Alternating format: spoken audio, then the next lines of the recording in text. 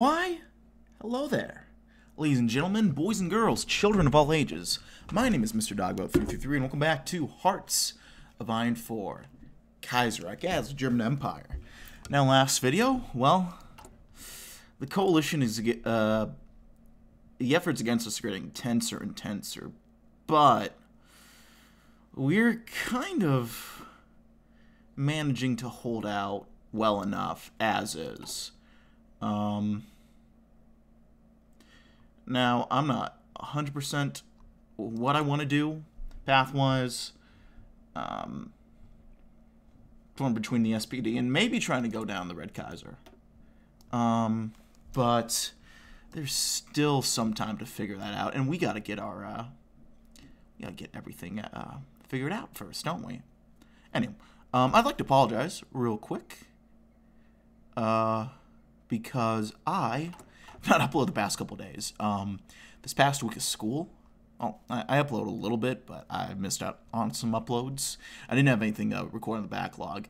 These past 2 weeks have been very, very hectic. It's last week until spring break, a lot of work, and then midterms are coming up, and I was not really able to do much in the way of recording.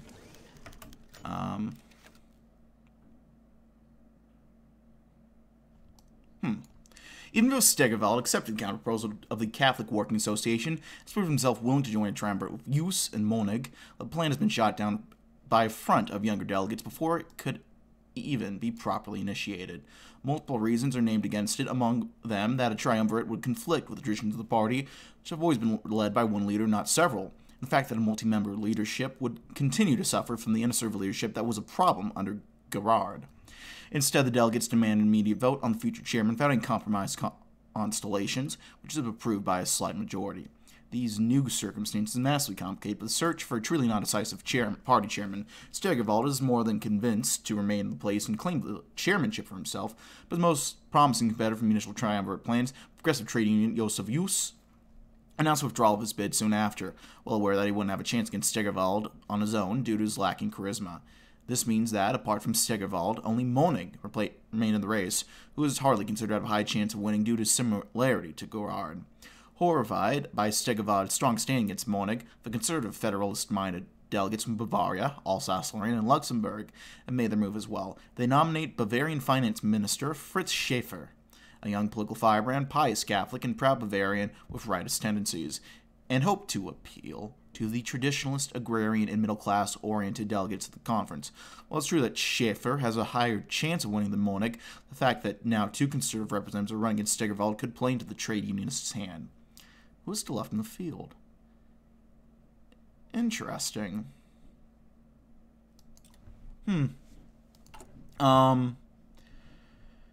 Okay, so they're gonna target the right, which I don't think they can target right now, if that's what I understand.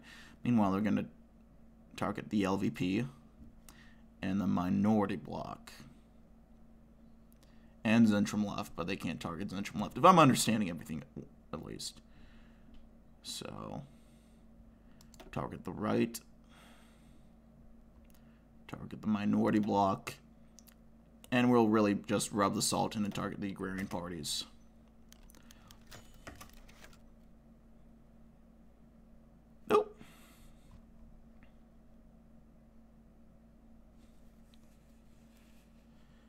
Compromise chancellorship that is unaligned. The chairman elections are over. The votes have been counted, and the result is shocking. The votes are almost equally split between the three candidates, with Stegerwald and Schäfer outpassing the moderate Monig, only by a few votes. The worst-case scenario has occurred. Technically, such a result would mean that a second voting round needs to be conducted.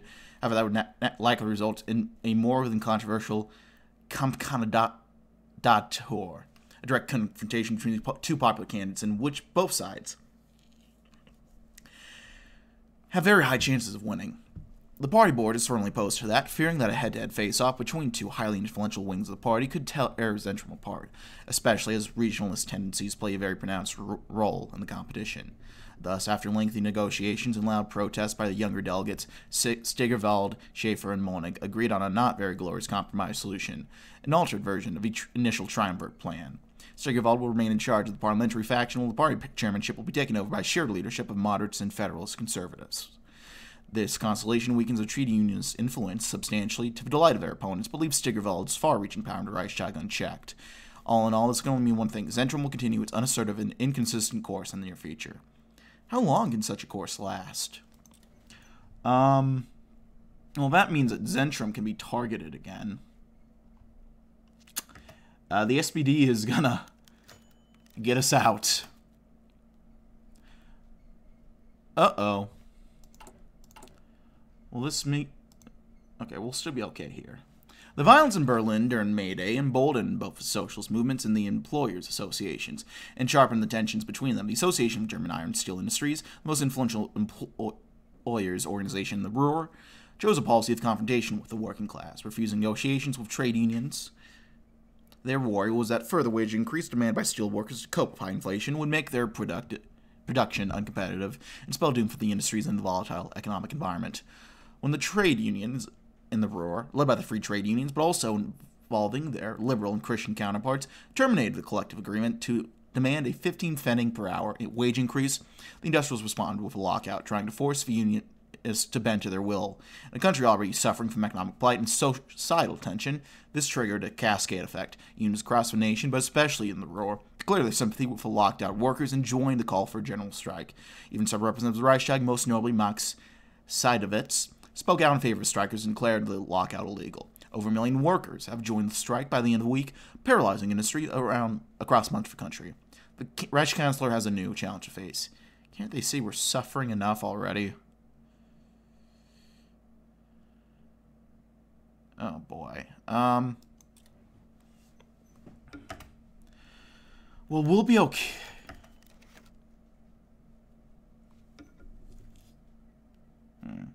Envoys arrived from Lithuania, wishing to invite representatives from our government to negotiate a new trade agreement. Currently, we have a treaty with Brest-Litovsk. For subsequent agreements, we have restricted Lithuanian trade from the Baltic Sea. Their goods either go through Memel or Riga. It now appears that they wish to have unrestricted access to the Baltic Sea, circumventing Memel and Riga.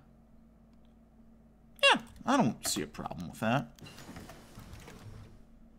When there's smoke, there's fire, and when there's strikes, there's a voice of the French. A diplomatic note has been delivered to our Foreign Affairs Office from the French Embassy in Berlin, which several communes leading political figures, including the head of state, Pierre Monat, denounced our supposed oppression of the German working class. They even had the audacity to declare that prolonged unrest on our soil might lead to a destabilized geopolitical order, as if we were not the sole protectors of peace in Europe. We will, of course, pay little mind to this announcement, aside for an official note as a retort to France to keep their nose out of our business. Let them answer for their crimes in the Civil War before acting high and mighty. We got some research to do. Do excavation. Let's do radio, though. Also is, okay, so this guy is in charge. Interesting. I saw the main leader is no longer the guy who starred Arts as leader of France. I forget who he is. It's not going to be the same guy, though. Hold on. I'll talk about the tea later. The beginning of a general strike in the Ruhr has abhorrent far-left organizations across Germany. On the other hand, they have welcomed the beginning of a strike with reservations. The Viva Syndicalists and Radical Socialists and the KPD and other far-left parties, the last thing of this mass movement should become is a mere battle for workers' rights. This is a hope that is hopeless concessionism to the bourgeois class, which will merely make the revolution more distant rather than make it draw near. Newspapers such as the Kommunistische Arbeiterzeitung and Die Rote Fahne have begun calling for Rhenish work to establish dual rule in the Ruhr, replacing the state organs with workers' councils which can manage the day-to-day affairs, provide leadership to the workers, eventually replace the state entirely. The Marxist philosopher and one of the leading figures of the Berlin tendency of the KPD, Karl Korsch, called for the formation of the proletarian hundreds to defend the brewing workers rising from any attempts at suppression. The Preußische Geheimpolizei has curtailed the disruption of this revolutionary material and has begun investigating both the KPD and KPD for their state-threatening activity. Syndicalism will not happen here. Well, hopefully not. I guess it'll depend on what you consider to be syndicalism.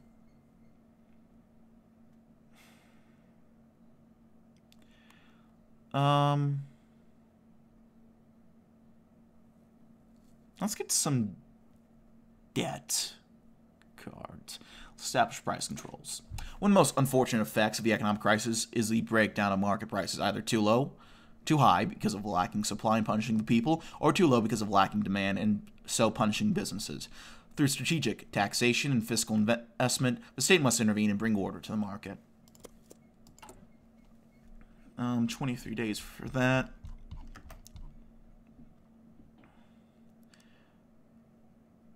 Will Zentrum be targeted? Oh, Jesus. Not again. The spark lit in the Ruhr has now reached the end of the densely populated and industrialized Rhineland-Westphalia region.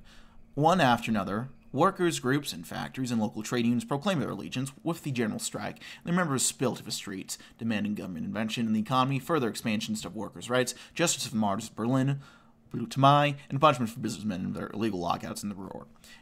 An article by the mayor of Köln, Konrad Adenauer, has reached the Frankfurter Zeitung in the aftermath, describing the economic life in his city, as well as much of the region, has effectively stopped thanks to the strike, and announced the strikers in the article, demanding them to stand down as their ranks are infiltrated and hijacked by socialist agents. Oh, old man Adenauer.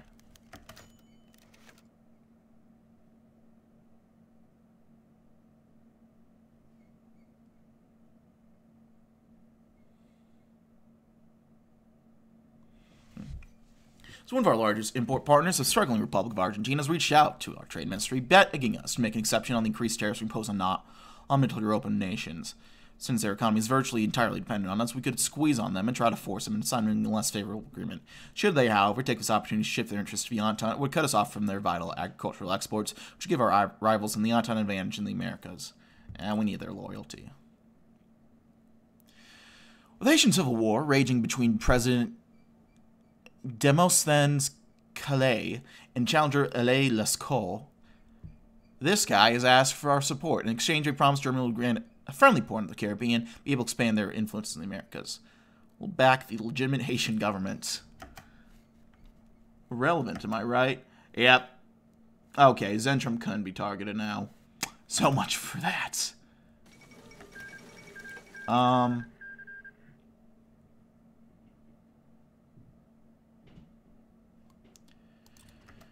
Womp womp.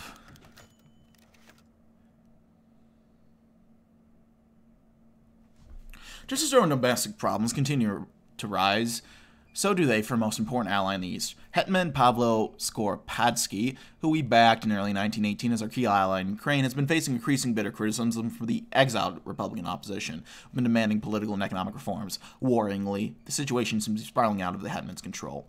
It's true that we have little to spare for our Ukrainian ally, but some say that this is a matter of national security. Should we fail to provide some form of assistance, Hetman's rule may not be for much longer. And sure, he gets everything he needs. I know what I was saying.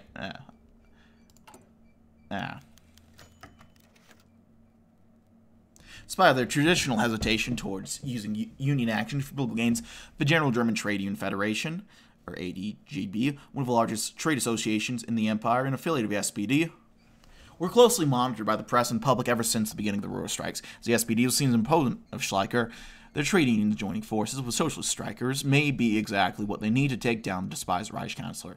The Federation's news outlet, Die Arbeit, answered the question. Trade unions within the Federation were called to join the strike, though with reservations. Their fight should be for the rights of the workers and not for practical reforms to relationship between capital and labor, and not the foolish attempts at revolutionary overthrow.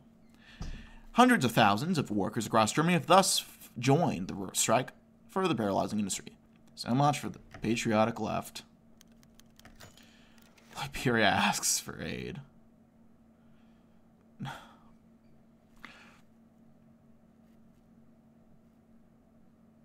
Nah, dog, I don't care about Liberia, I'm sorry. Great. The winds of the Ruhr General Strike have reached the small yet industrialized Grand Duchy of Luxembourg, one of the most recent additions to the German Empire.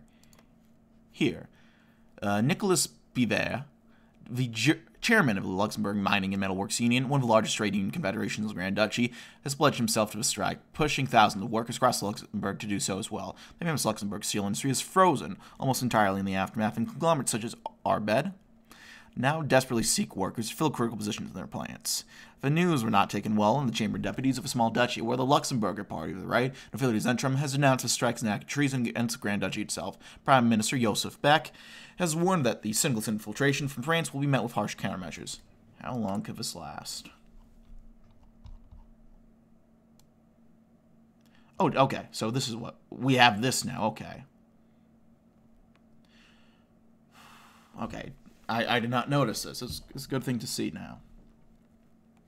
Tensions in Germany since the Black Monday crisis, the suppression of the socialist movement, and the instability in the central government have sparked a general strike in the rural, which threatens to expand the entire nation, not contain. We must control the escalation of the uprising and find a way to suppress the strike, whether via negotiations or with force. For an authoritarian Reich Chancellor such as Kurt von Schleicher, the Ruhr Kampf also presents an opportunity. If he cannot control the Reichstag via parliamentary majority, he can snowboard it by gaining extraordinary powers to deal with the insurgency. Perhaps the Ruhr uprising is kept adapted, not growing too strong or too weak until the end of a year. Such an opportunity can present itself. The Ruhr uprising is measured by intensity, representing the radicalism of the uprising. The current intensity is 60 of 100 and will be increased by 10% every day.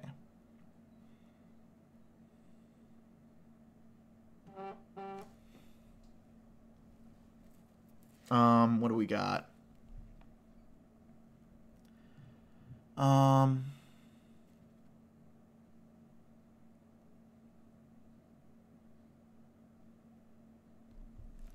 Organized by the coaling men of the rural yellow unions, which resist any revolutionary activity and support the cooperation of workers and business owners, hold a presence, however meager, among the Rentsch proletariat. You must get them to spring into action and unleash a propaganda wave against the small circles of radicals who abuse the goodwill of patriotic silent majority. We're going to lose even more political power, but we're kind of in a deficit right now. Oh, fuck me.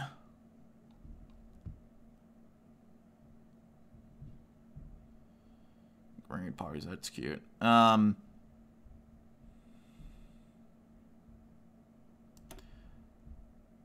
we'll do, we'll just cuck the... We're cuck these guys from getting his big protest. Okay. The general strike underway in the Rhineland has claimed its first victims. The police in Essen report that 2 bodies have been found in the Rhine at night, both riddled with several bullet holes. Both of them were identified as activists and organizers of the Metal Workers Union, and a quick investigation by law enforcement has reduced trial to far-right activists in the Rhineland. War veterans and extremist youth associated with the Völkisch, far-right nationalists, Savenkovist, and National Socialist movements have occasionally cropped up in the news ever since the Weltkrieg, participating in street clashes and political campaigns in favor of French far-right parties. Though worrying, they were generally overlooked by post-war governments as a non-threat. There appears several of them in Essen seeking to take matters into their own hands and prevent a Judeo-syndicalist takeover as the Reich assassinated their socialist opponents in the night. The news of the deaths has sparked furor among the workers, and numerous members of the Reichstag demanded the government show solidarity with victims' families. This would paint us as weak on the strike, however. Yeah, we'll reimburse the families of the victims. That's our turnover. It is time to duel. Liquidity crisis.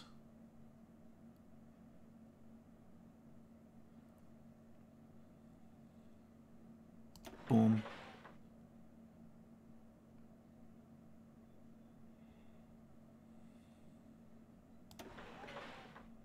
And then what do we got?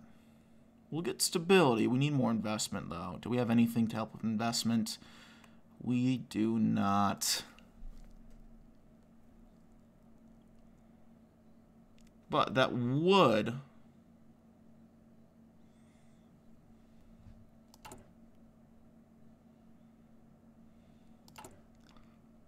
that would neutralize things.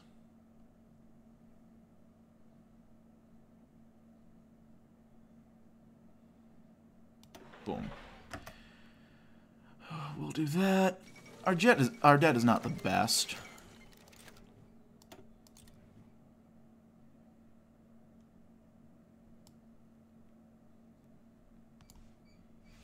The government's decision to reimburse the families of the victims' violence in the Ruhr was met with open, loud resistance in the Reichstag's chambers. Conservative nationalists whipped us up a frenzy, declaring this is no more than a kowtow against nationalist traitors. Most aggressive voice in the opposition is Magnus von Levenstow, a noble member of the Fatherland Party, one of the heroes of the Battle of Jutland and close ally of Alfred von Tirpitz.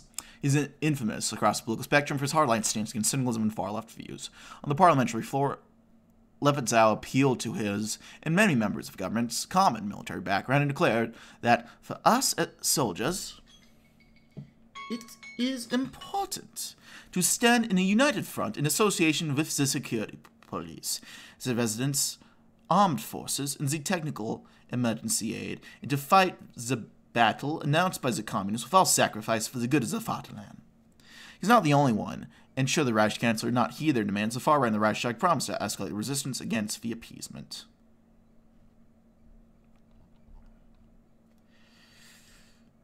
Let us ignore extremists from both sides.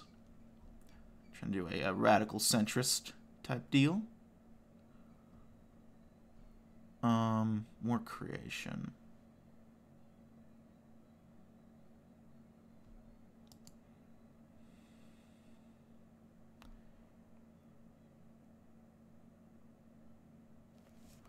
I'm going to save real quick to see if I understand how this works.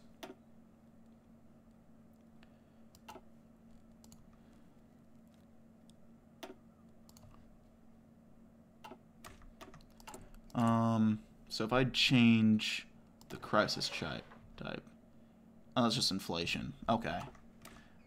I'll probably, it doesn't matter too much then. This will get us, yeah, we'll win with that. Anyway. Yeah, I'm going to end things there. Thanks so much for watching, gang. Like if you liked, dislike if you didn't, leave me comments. If you down in the comment section below, I read all comments again. I appreciate any feedback you might have for me. Check in my various links down in the description box below. I read all the comments I get. I appreciate any feedback you might have for me. Yeah, that's it for now, gang. I appreciate you for watching. My name is Mr. Dogboy53, and I'll see you all next time. Bye-bye.